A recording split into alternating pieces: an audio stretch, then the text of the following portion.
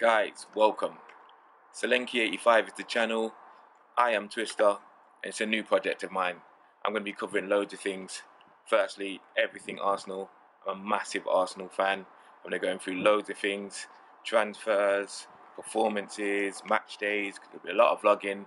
The channel is also going to be doing a lot of gaming. Big gamer, like retro games, obviously the obvious things like FIFA. So looking forward to FIFA 20 dropping, but we're going to be playing a lot of retro things, go through that. I'm also going to be involving some friends of mine. A podcast will be coming a bit later down the line, but in the interim, there's a football team that's coming. There's loads of things we're going to get through, right? But as it stands, we're on the 30th of June. Tomorrow is the 1st of July. Effectively, Arsenal's kit goes live tomorrow. So the official unveiling is tomorrow. There was a leaked video that came out this week. Not too sure what happened with that. I think it was uploaded to a YouTube as like an unlisted video, and everyone's got their hands on it. If that's the real advert, listen, the advert looks good. I think it's well thought out of. There's some good legends in there. Ian Wright's in there. Tony Adams is in there. Aubameyang's in there. Lacazette's a good video. New kit looks good, so I'm looking forward to that. But what everyone's going to be wanting to know is signings.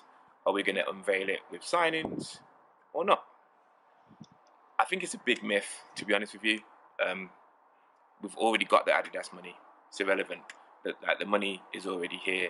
It's a case of, are we going to just start to get these deals over the line now or not? I appreciate we can't unveil any new players in the Puma kit. It just doesn't make any sense. That'd just be PR chaos.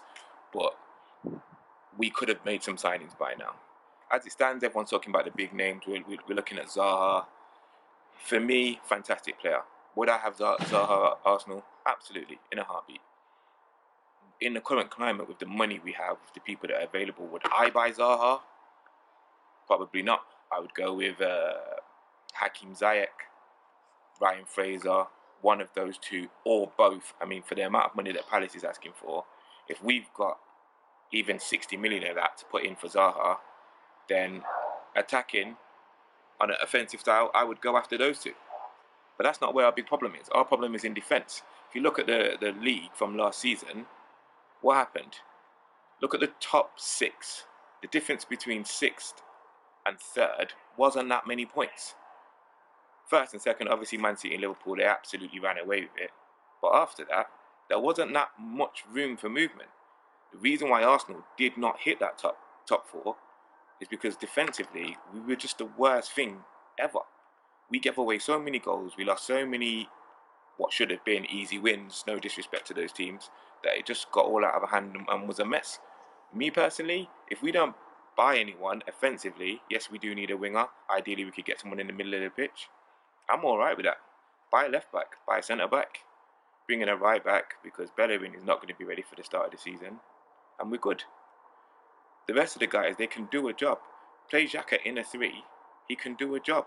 Any other formation, and he's just a mess. He's just out of place. I'd like to see Maitland-Niles get a run in centre mid and stop doing this wing back stuff. Don't get me wrong, it's been vital for him. It's got him minutes. He's been part of the first team for the season. Confidence-wise, it's done great things for him, but that's not his position, and he needs to come away from that. I personally would go back to putting him in the middle of the park and let him have a run out there and see how he gets on.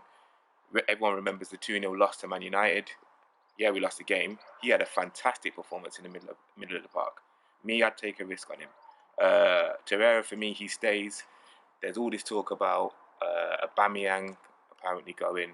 Look, if the Man United talk is true, then this is a no-brainer. We quite simply don't sell. We don't sell Aubameyang to Man United for any money. It's just stupid. Would I sell him to any other club with the exception of Tottenham right now? Possibly. If it was for the right money and it was going to be invested properly, then yeah, I probably would sell him. That doesn't take away from what he did. You know, Golden Boot winner, 30 goals. You can't deny that. Next season, he's going to go and do the same thing again. He's going to go and get a handful of goals. So it might sound all crazy in one sense, but if we draw somewhere between 60 and 100 million for him, bear in mind he's 30 years old, and we can reinvest that money wisely, that budget is put straight back out and said, right, you go and do what you need to do to fix the squad, then yeah, I'm for selling Aubameyang. Who I'm not for selling is Lacazette. For me, his work rate is outstanding on and off the ball. Tremendous player. He should not be sold. Not yet, anyway. Certainly not for the next season.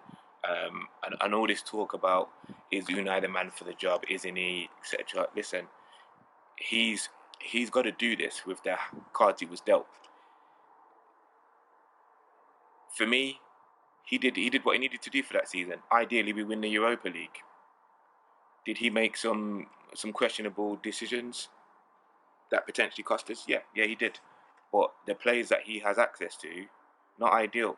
You know, we're looking at some serious people that are out. Bellerin, he was out.